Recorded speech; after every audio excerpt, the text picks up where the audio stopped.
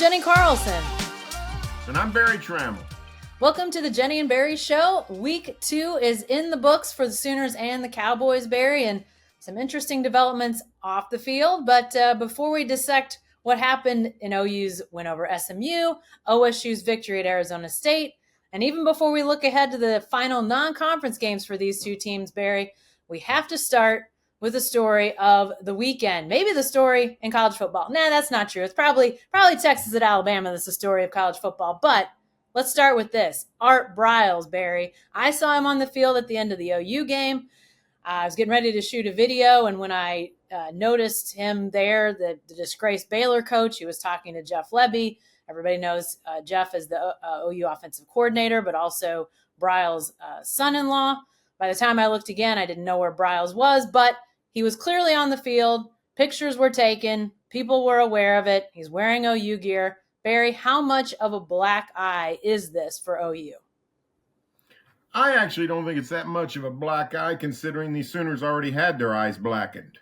OU made the choice to hire Jeff Lebby a year and a half ago, 20 months ago, and this was going to be the natural fallout. You knew you were going to be associated with Art Briles. And I didn't know. To me, what's interesting is Joe Castiglione has, sort of did an impassioned rebuke of the situation. Said, I think he's disappointed is what he said. Angry is what he meant, it sounded like. But he talked about certain parameters or stipulations weren't met. I'd like to know what those are, what the Sooners have in place to try to keep Art Briles at arm's length.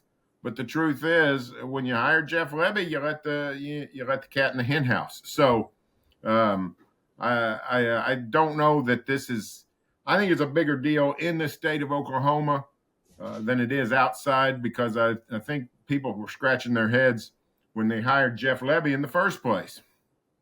Well, I think there is a lot of truth to what you said, but I do think, the fact that Art Briles was not only on the field at the end of the game, but also in OU gear. I think for a lot of people, that was a highly distasteful thing to see. That he would wear OU gear. Of course, there were hundreds of thousands of people in the state of Oklahoma wearing OU gear on Saturday, but still, for him and the baggage that he carries to be wearing that interlocking OU, I think that rankled a lot of people. And Barry, you and I both know this. There are people all the time that go to OU games and are there, and you don't even know they're there. I saw Jalen Williams, your favorite, the Santa Clara Flash with the Thunder, saw him on Saturday at the end of the game. I don't think many people knew he was there. He was leaving before the game was over. He was taking kind of a back area where a lot of people weren't. So you can be at an OU game and not be on the field, under the lights, visible for all to see. And I think that's where, is there a chance Art Briles has been at every OU home game since Jeff Lebby took over? Absolutely. But I think him being out there on the field, being so public about it, I think that really angered fans. And Barry, I'm with you. I think Joe C was angry, and I'll be curious to see what fallout there is, if anything. Do you think there will be any? Oh, I'm not sure. Again, it goes back to what was in place when they hired Jeff Lebby. I think it's a strange situation in that you hire a guy and say, well, your father-in-law can't come to the games, or your father-in-law can't do this. I mean, it's sort of a unique parameters. I will give the Briles family or Art Briles, whoever, I'll cut them a little slack in that I never thought of anybody being on a field after the game. When I first saw the picture and heard about it, of course, I was in Phoenix, Tempe at the Oklahoma State game, saw a post about it. I thought, well, that's crazy. What's he doing on the field? That's nuts. And then I hear it's after the game. Most people are gone. I mean, most of the fans are leaving. I don't know. I think NBA players get on the sidelines of football games, not because they necessarily want to be unbothered by autograph seekers, but because they want to be seen. I don't necessarily think that's what Art Briles was doing. I think legitimately just went down on the field to sort of join with his family and his successful son-in-law. I just think it's a bad situation from the start. and it's just the residue of what happens when you hire Jeff Lebby. And here's the other problem with Lebby is he was in. It's not like he's an innocent victim in all this. He was involved, so he's got baggage himself. So it's just an unfortunate situation. You're right. I don't know how many times Art Briles has been here. I assume several over the last year and two games. So we'll see what Joe does. I tend to think there will be some things said, but I also don't know that there can be mandates laid down. That seems sort of a line in the sand that I don't know that would hold up. It definitely wouldn't be contractual, and I don't think OU wants the mess of threatening to fire Jeff Lebby or run him off. So it's just one big mess, and it's unfortunate. But I don't know that anything that happened yesterday was the cause. I think the cause began in December of 2020. I'm sorry, December of 21, when Oklahoma hired Jeff Lebby to start with. Well, OU, I'm sure, is like every university. They ban people from their stadiums and arenas from time to time for behavior that's unbecoming to the university, the facility, the team. I think having Art Briles on the field at any point in that day with OU gear on was unbecoming to OU. And there's a chance, I think, that Joe Castiglione says Art Briles cannot come into the stadium or the football facilities anymore. I know that sounds extreme, but I don't think it's a fireable offense for Jeff Lebby. But I do think we may see something happen. Stay tuned on that, obviously. There was a game. So let's talk a little bit about the Sooners, Barry. A week after we saw that cakewalk against Arkansas State, OU finds itself in a much more competitive game against SMU. And Barry, you were obviously, as you said, in Arizona watching OU SMU from afar on TV. What impressed you about the Sooners coming out of that game? Well, I thought the defense was really good. I mean, we don't know for sure what kind of an offense SMU is going to have, but they were very good last year. They've got good talent. They got a great offensive coach. There's every reason to think this is going to be a prolific offense with the Mustangs this year. And the Oklahoma defense played exceptional. 11 points, held their thumb on SMU most of the day. That's a very, very good sign. Unfortunately, the OU offense didn't explode. So the game stays tight, 14-11, early fourth quarter. OU offense is going to have to be better than that in a lot of games if the Sooners want to win. But I did think that the defensive performance was very encouraging. Yeah, I thought the defense was really good too. We'll talk about Danny Stutzman here in just a second. But on the offensive side, even though we haven't seen them, I mean, obviously they scored 73 points against Arkansas State, but kind of putting that aside, they didn't blow the top off anything on Saturday against SMU. That has been a hallmark of great OU offenses, having those field stretching wide receivers, those plays that really go the distance. So we didn't see much of that. But I am heartened a little bit, Barry, by seeing Andrell Anthony continue to emerge. I think OU has its feature back in Tyree Walker, which I'm surprised. I didn't think he'd be that guy, but we haven't seen much of Gavin Sawchuk, not much of Javonte Barnes. Marcus Major's been okay, but to me, Walker has been really standout. So I think they're starting to maybe figure out who their go-tos are, and maybe that leads to the offense maybe having those big plays moving forward. We'll see. I know that they didn't call many of them against SMU. Maybe as they move ahead, having those guys that do have some of those big play abilities or look to have some big play abilities, maybe that's where you start to see the offense stretch it just a little bit. I mentioned Danny Stutzman a second ago. Barry had 17 tackles in this game. A year ago, we'd have said Danny Stutzman had 17 tackles. That's because he was like one of three linebackers, so you felt comfortable playing. Brent Venables could only trust Stutzman and a couple other guys. But after seeing that performance on Saturday, what does it say now, do you feel like, about Danny Stutzman?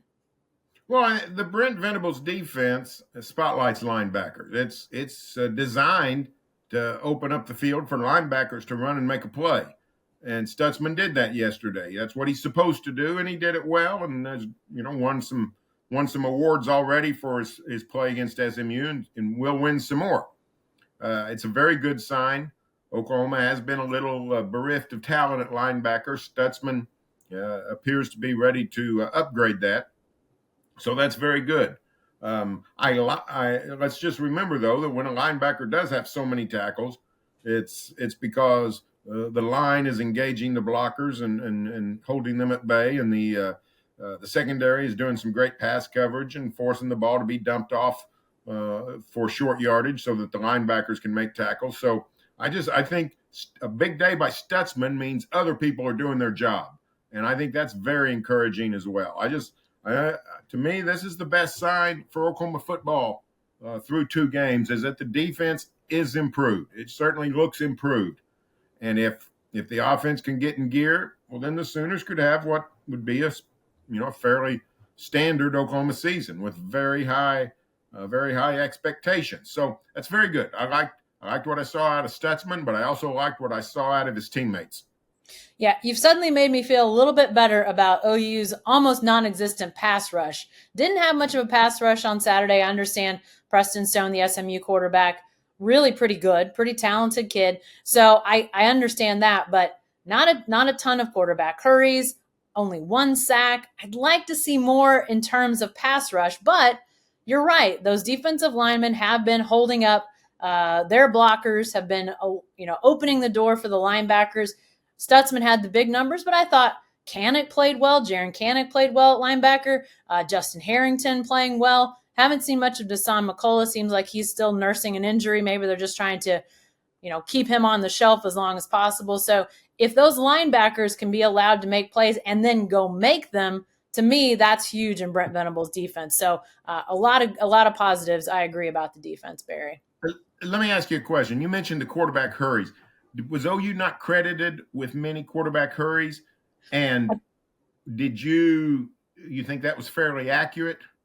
It seemed a little low to me. I think there was 5 or 6 maybe credited. Here's the reason I ask. I'm in Tempe Saturday night, and in the Arizona State's last possession, Cowboys have a 12-point lead, so they know where 3 minutes left, whatever. Arizona State's going to be airing it out. First 3 downs, incompletions by Arizona State, and in all 3, OSU defenders got right in the quarterback's face and hit him as he threw. 3 straight. At the end of the game, OSU had 2 quarterback hurries. So I don't know what's going on. They're rationing out quarterback hurries, it appears to me, perhaps in Norman as well as in the Arizona desert. Yeah, I'm not sure what qualifies, but I would say a person in your face when you're throwing the ball would qualify. So maybe something we'll look into here at Sellout Crowd, Barry. Okay, lastly, let's look ahead a little bit on OU. We'll get to a prediction in a second, but OU heads to Tulsa, finished up non-conference on the road. Their 1 road game in non-conference this year. Golden Hurricane, more like Arkansas State than SMU, I would think. What would you like to see as OU prepares for conference play, but is playing a team that's not going to be probably close to what they are going to see in the Big 12? Well, here's what I like about Tulsa, and we're going to see if this continues with Kevin Wilson. But in the last few years, with Philip Montgomery as the coach up in Tulsa, the Golden Hurricane played pretty tough defense. Really good in 20, really good in 21. Probably fell off some last season, but they created a defensive culture. And I would like to see if OU can hit some standards. Can they get back into the high scoring ways? The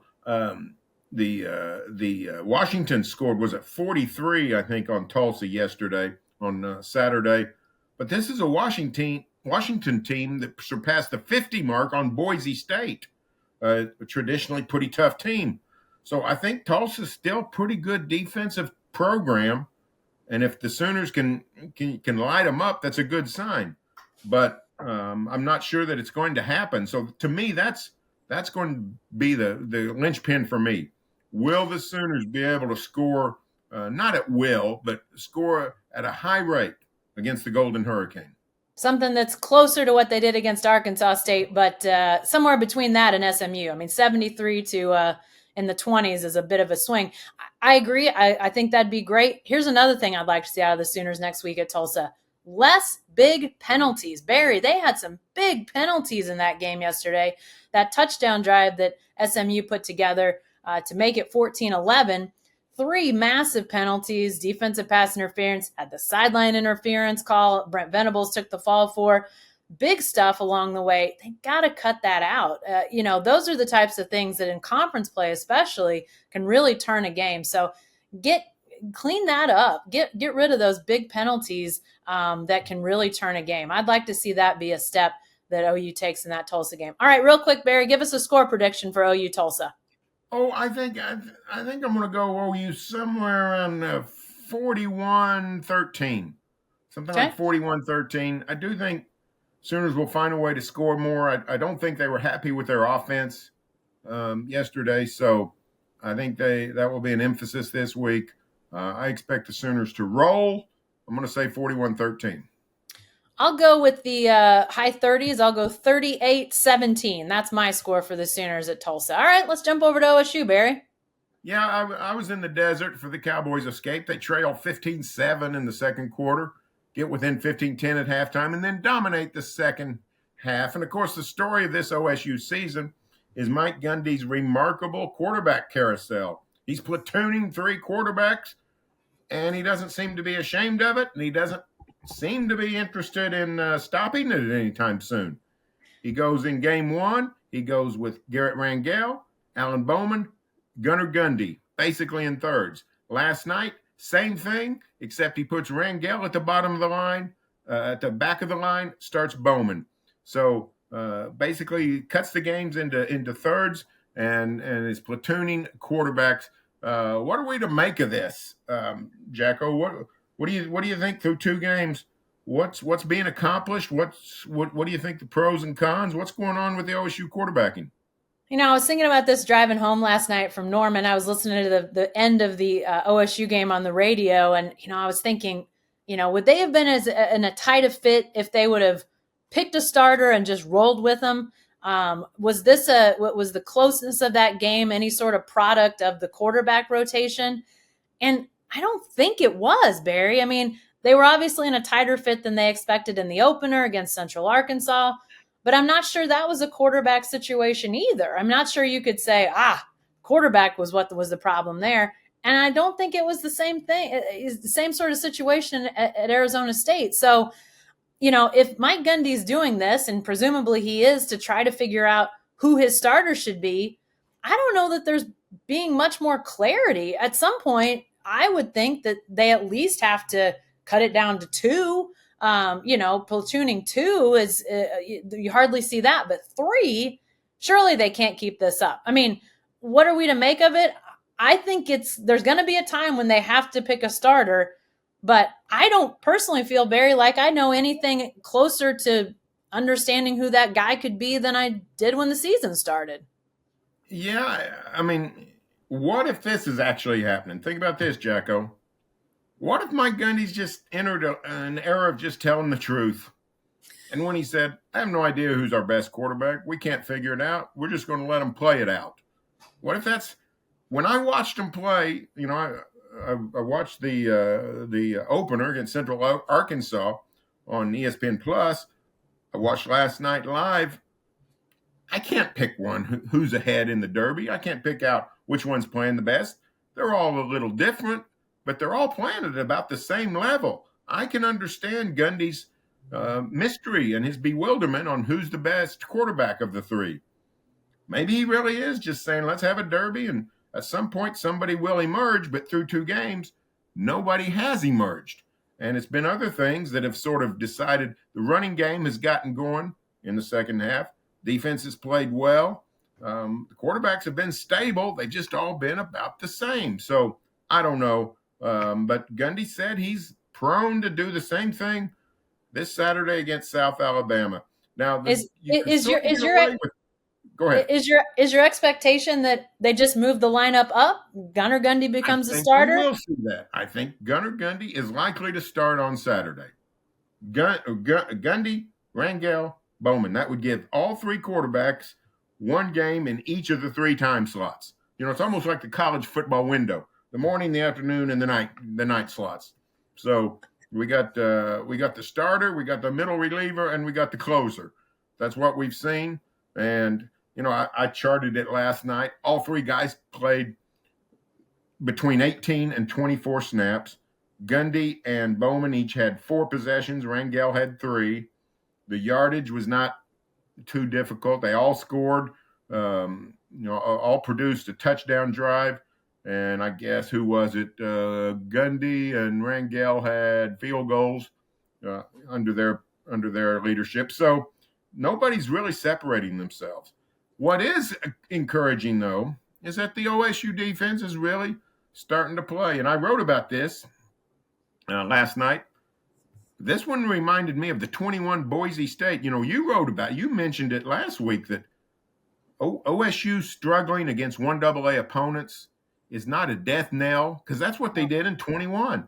They messed around with Missouri State for most of that game, could have lost that season opener, and ended up being a top 10 team in the nation, wins the Fiesta Bowl, finished first in the Big 12 standings. By any definition, had an outstanding team. Here we go again. They do it. They struggle with a 1AA team, Central Arkansas. And then last night in Phoenix, they mess around with Arizona State a good chunk of the game, have to rally to win. That's what they did at Boise State in 21. We left Boise thinking this is not a very good team, even if they are 3-0. We left Phoenix thinking this is not a very good team, even if they are 2-0. Yeah. But maybe this defense is growing into something that can rival the 21 team. Is that a fairy tale, or is that something that actually could happen for the Cowboys?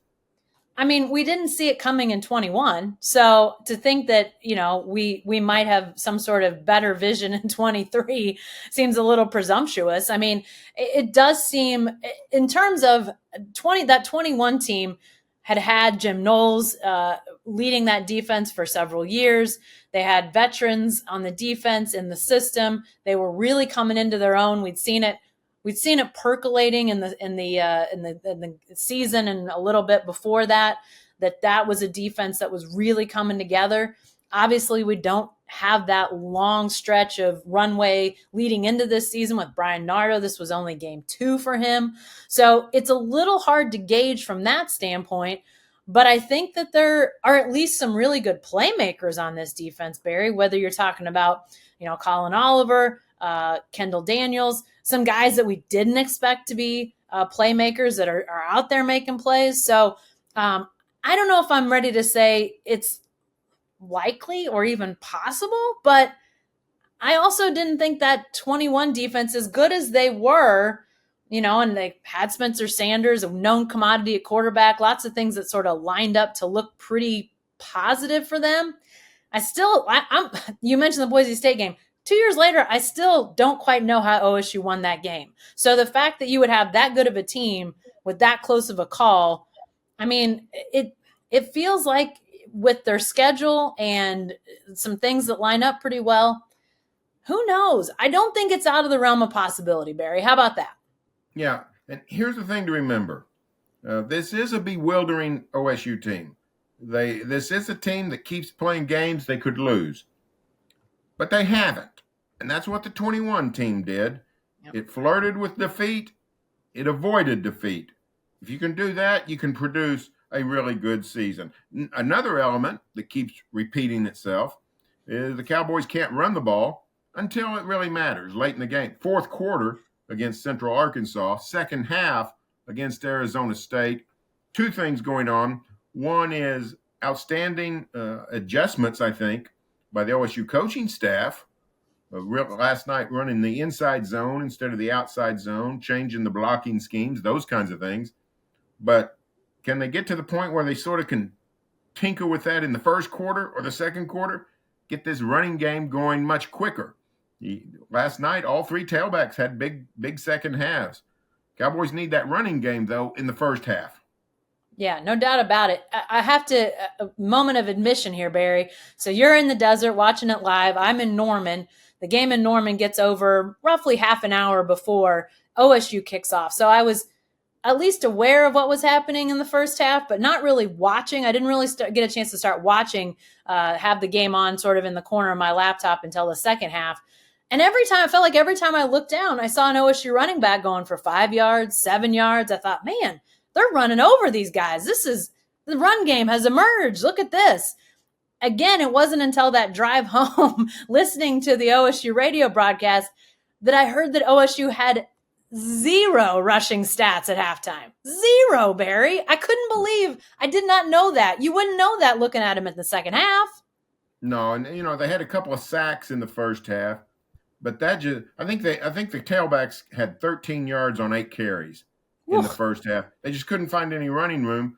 But Elijah Collins, Oliver Gordon, I called him Oliver, Ollie Gordon, and Jaden Nixon all had big plays and really momentum changing runs.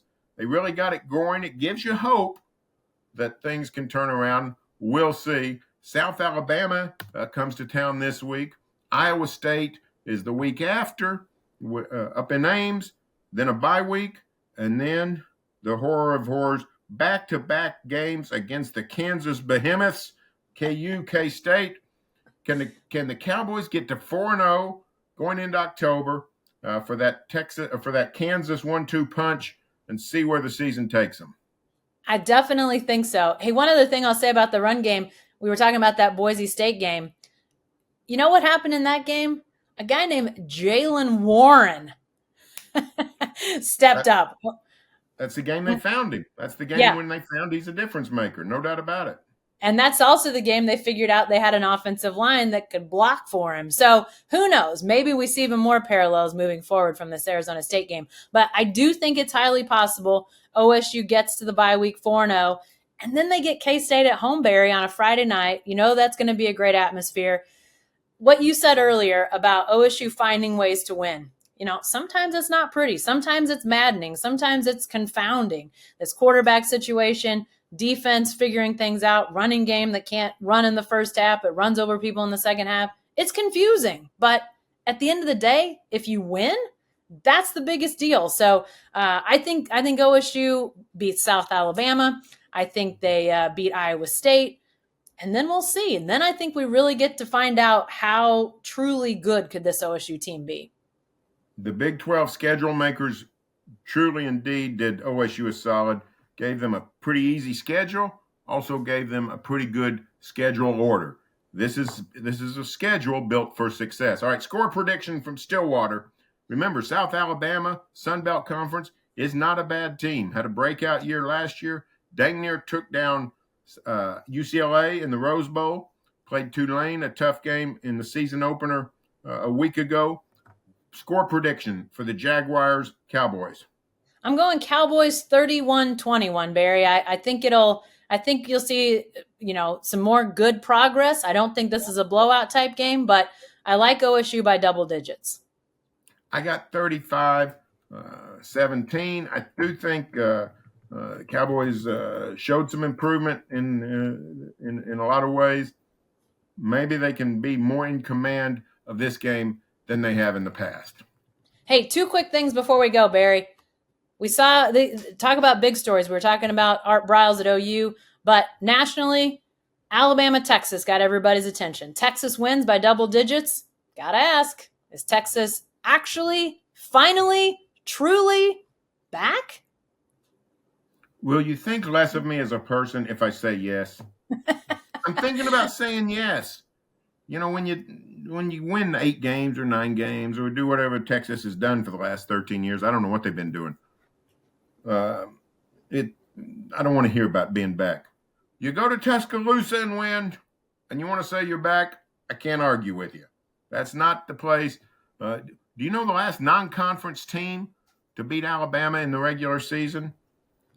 Louisiana Monroe in 2007. Holy cow. So Alabama has been dominant, usually in neutral site games, but this game was at Bryant-Denny Stadium. And for Texas to go in there, very impressive. I think it does 2 things. It really reorders the national championship picture in 2023. Think of it this way. SEC entered this year really with 3 strong college football playoff contenders: Georgia, Alabama, LSU. 2 of them already have lost, neither one in a true road game. LSU lost in Orlando to Florida State. So It sort of brings the SEC back to the pack in terms of playoff pedigree for this season. And the other thing is, this really changes the order of how OU will enter the SEC a year from now. The idea that Texas has elevated its program has to be alarming to the Sooners because they've been flourishing these last decade and a half with Texas not doing much. On the other hand, if Alabama is slipping, that can't but help Oklahoma. So it's a give and go on that, but it was a monumental game. Tip my cap to Quinn Ewers. I thought he played very solid. I thought Steve Sarkisian had his team ready. I thought Texas was very physical. Hey, it's fun to bash the Longhorns north of the Red River, but in this case, they deserve nothing but praise. Hey, I'll say this about Texas. For them to have fallen behind late in that game and still find a way to come back and then win by double digits, I thought that resolve was impressive. We haven't always seen that out of Texas during the downturn that they've had in recent years. So I thought that was definitely a sign of a positive momentum for the Horns. Lastly, Barry, before we go, got to talk Deion Sanders real quick. Let's go with this question. Let's shoot big. Is Colorado good enough to win the Pac-12 this year, Barry? Could they win the Pac-12 this year? Unfortunately, Deion picked this season to resurrect the Buffaloes. This season is the best Pac-12 year maybe since Troy Aikman and Rodney Peete were sharing the city of Los Angeles. It's a rugged league. People aren't losing. Oregon State's a powerhouse. Washington State is a load. Utah is, two-time defending champion. And USC has Caleb Williams. I actually don't think Colorado has enough to win the Pac-12. They still can get pushed around on offense. Their defense can get pushed around. I think we saw yesterday that their passing game has its limits. So I think Colorado is a really good story, a really good team. I doubt they can make it to the Pac-12 championship game, but oh my goodness, Deion, you've done an unbelievable job. Please, please, please stay at Colorado next year so we can have you in the Big 12. No doubt. I'm all for that. By the way, the field storming at the end, Barry, they need to remind people that's the 2023 Huskers, not the 1993 Huskers. That beating the Huskers isn't exactly a big deal, but people were fired up. It was so cool to see how packed Folsom Field was for that game. I remember going to games there when it was that way, but it hasn't been that way in a very long time. So to see the fans like that, super, super cool. Especially remember, that was a 10 a.m. kickoff in Boulder. Hey, that's all the time we've got for this week. Remember, the Sooners go to Tulsa, play at 2:30 p.m. kickoff. OSU returns home, plays South Alabama at 6 p.m. We'll be all over those games for Sellout Crowd, where you can find all of our content, including shows like this on YouTube, Spotify, iTunes, or anywhere you get your favorite podcasts. And, of course, you can find us at selloutcrowd.com. All of Jacko's stuff is at jennicarlson.com. My stuff is at barrytramel.com. Thanks for joining us. We will talk to you next week.